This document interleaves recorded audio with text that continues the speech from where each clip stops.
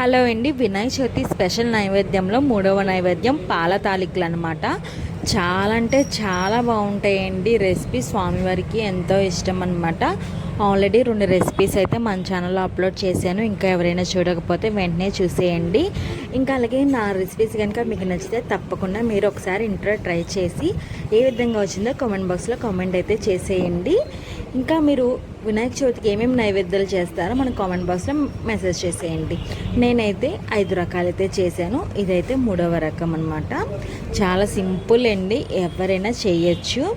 ఇంకా అలాగే మన వీడియోస్ కనుక నచ్చితే ప్లీజ్ అండి మర్చిపోకుండా ఒక లైక్ అనేది వేసుకోండి. ఇంకా అలాగే మన ఛానల్ని సబ్స్క్రైబ్ అనేది చేసుకోండి. అందరూ మంచిగా ఉండండి. ఈ వినాయక చవితిని బాగా జరుపుకోండి.